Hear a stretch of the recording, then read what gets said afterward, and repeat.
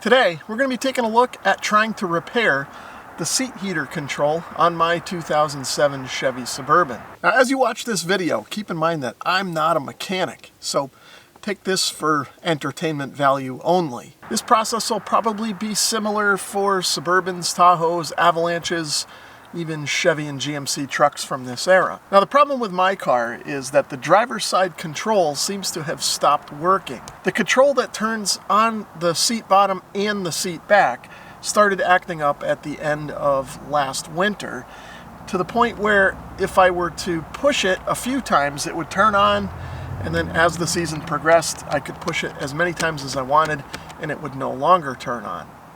Now the upper control for just the seat back still seems to work.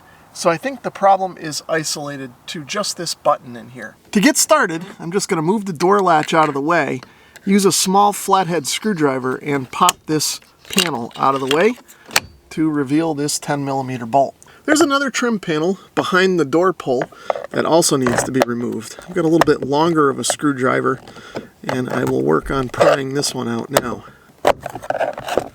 To get the lock button out, there is a clip that needs to kind of be pulled straight out to release the lock that holds it in. Now the screwdriver was a little too fat to kind of get in there, but you can see I used that knife and it kind of popped it right out, and now this comes out. Now I'll remove the 3 bolts that hold the door card on. As we've already seen, the first bolt is located behind the door handle. The other 2 bolts are behind the door pull. Now I should be able to pop the door card off. There's just clips that hold it on from here. So I'll use this panel popper tool to get behind it and work everything out. Now that all the clips are released, I should be able to lift up on this and pull it out of the way. Now that the door card is popped off, I've got it resting temporarily on the bottom supports, just so that it's able to kind of be pulled away from the door. And that way it's not dangling freely and hanging by these cables, but I can still have enough room here to kind of access the backside of the switch panel. So there's 2 screws that hold the switch panel onto the door card. I'm going to use a 7mm socket and loosen that off of there. Now even though I removed those 2 screws, this thing is loose, but it can't quite come out. It seems like it's clipped up near the front somewhere. So I think this whole trim piece needs to be loosened and removed. Looks like there's one more screw here.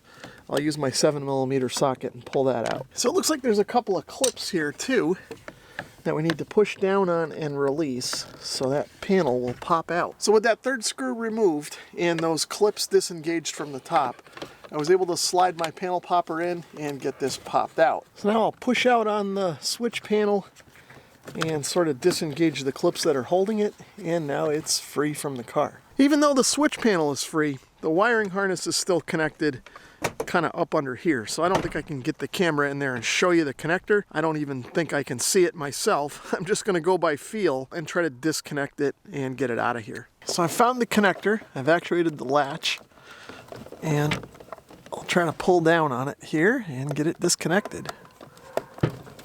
There it is. So I'm going to bring this inside where it's warm and see if I can do anything with it. Before I take this switch apart and try and clean it, I'll mention that I did a little bit of a quick research online, and it looks like a replacement's going to cost me between $80 and $90. So I think cleaning this thing is what I want to try and do if I can to save that money. To take this apart, I should be able to actuate these clips that are along sort of the back edge here with a small flathead screwdriver. I'll gently get in here and pry up on this and just sort of push out on the back. So I've got this first clip out. I'm going to keep my screwdriver wedged in there, and I'm going to use a second one to try and pry out on these other ones. Okay, looks like getting the 2 on this side was the easiest first. I'll try and hold that open with my finger and get one on another side. And it looks like it's starting to come apart here. This one's, we'll get that one, and it looks like we've got everything apart. So here's what the inside of the switch looks like. It's a circuit board with some components and some momentary switches. I'm going to gently pop this board out of the bottom housing just so that we can take a look at the back side of it too. And it doesn't look like there's a whole lot going on back there. Even though there doesn't seem to be any problem with these switches, I'm going to squirt a little bit of this deoxit contact cleaner in here in hopes that if there is something wrong, this will kind of take care of it. We'll just squirt all of these switches, even though that bottom right one is the only one that's got a problem right now. I'm also going to take a look at the bottom surface of the switch buttons here. I've seen instances where sort of the contact surface will sometimes wear out and cause a button not to function. But in this case, these all look like they're pretty good. I don't think this is the issue. I've got my digital multimeter set to continuity mode, and I'm going to do my best to probe these two contacts on this side of the switch and then actuate the button and see if we get continuity. Okay, as you can see in here, that seems to be working. Now I'll probe the other two contacts on this switch and we'll actuate the button, and it seems to be working. Now I'll bring in the upper piece and just snap this back together. Let's go put this back in the car and see if anything changed. The way this orients is that the latch faces the inner part of the door, and it goes in between the other two existing wiring harnesses that are plugged in down here. Now for now, I'm just going to get this kind of temporarily clipped back in, just so I can try it out before I fully reassemble everything. So I've got the ignition turned on. Hopefully this will now work. I think we've got success here. The light is on.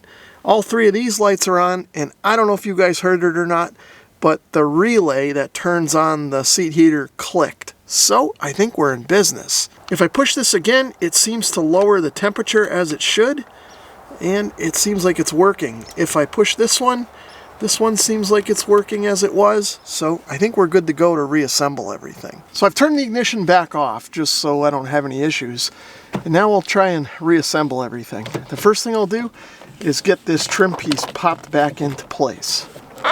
Now I'll reinstall the screw that holds the trim piece on. And this is just plastic, so I want to make sure I don't tighten it up too much. Now I can reinstall the two screws that hold on the switch panel. And again, these are plastic, so we'll tighten them up just so they're snug. So now I can get the door card seated back in place, making sure that this top lip seats over this trim the right way. I also want to make sure that the door lock actuator is sort of centered in the opening here. Once the top part of the door card is seated where it needs to be, I should be able to just pop the rest of the clips back in place. But before I do that, I will kind of peek in here and make sure that everything is lined up the way that it should be.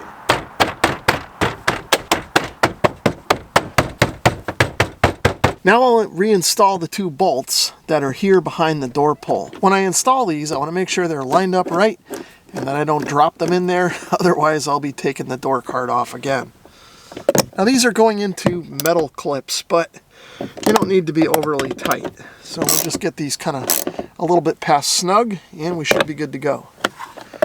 Okay, and now I can clip this trim piece back into place to hide those bolts. Now I can reinstall the bolt that's behind the door latch. Now I want to be careful I don't cross thread this one. You can see that with the door latch in the way, my extension is at a little bit of an angle.